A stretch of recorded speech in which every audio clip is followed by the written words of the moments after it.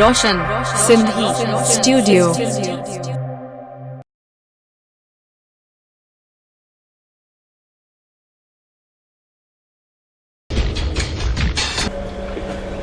सोहरन जो ही माग थई पुट जे बची में त भाग थई बोल पुला जो नींदा दिलासो खाराईंदा रुगो साग थई पुट बची में त भाग थई। अस्सलाम वालेकुम। वालेकुम अस्सलाम। भगा बीठा मिंट मवाली के पंजे मोटा वेहण न जो वे। अरे मवाली छा छो थई छाते कावड़ो तो वेठो ही पापा मां एड़ो माण्हू आ शेरो शायरी कंदो आ ओदे मल शायरी ठाणींदो आहे उते विच में जेको रुखणो हुजंदो आहे दिलि चवंदी आहे त उनखे हीअं जो ठोंछो आणा न त बटरी वञी ॿाहिरि किरे। बड़े वाह मवाली बड़े वाह। ॿियो त खेल लॻो पियो आहे न मवाली। बिल्कुलु खेरा तूं ॾे ख़बर कीअं चवण थियो आहे। बस मवाली ॻाल्हि ई न पुछे बस लिकंदा भॼंदा रहा तूं ॿियो हाणे छा कयूं।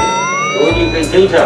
न न इहो पठाण मुंहिंजे पुठियां पइजी वियो आहे बेसादस मूंॾे वॾो हिकिड़ो मुंहिंजो दोस्त उहो वठी पाए वियो हाणे मुंहिंजो पीछो छॾे ई कोन थो।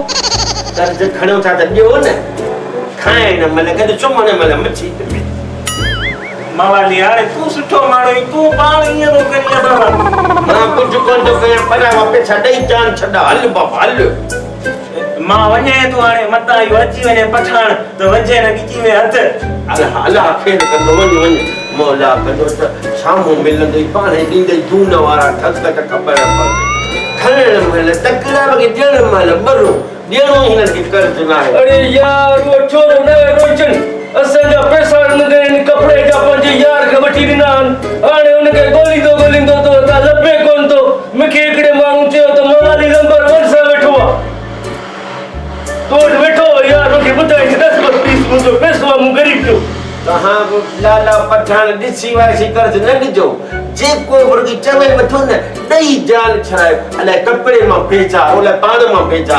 अरे यार 500 जो हो हुन मूंखे उधर ते 1000 वधो 500 मथे मिलियो मां हुनजी लालच में ॾिनो न यार हुनखे। ओ ॾस जे काॾे बि ख़बर अथई अलाए मूंखे महिरबानी थींदो तुंहिंजो असांखे ॿुधाईंदे त। ओ सिधो हलियो वञो चौंक अचनि पोइ हीअं पासीरो वञिजे न गटर जो ढक खुलियो पियो ठही धू अंदरि पोइ इंशा ॿई मिली वेंदो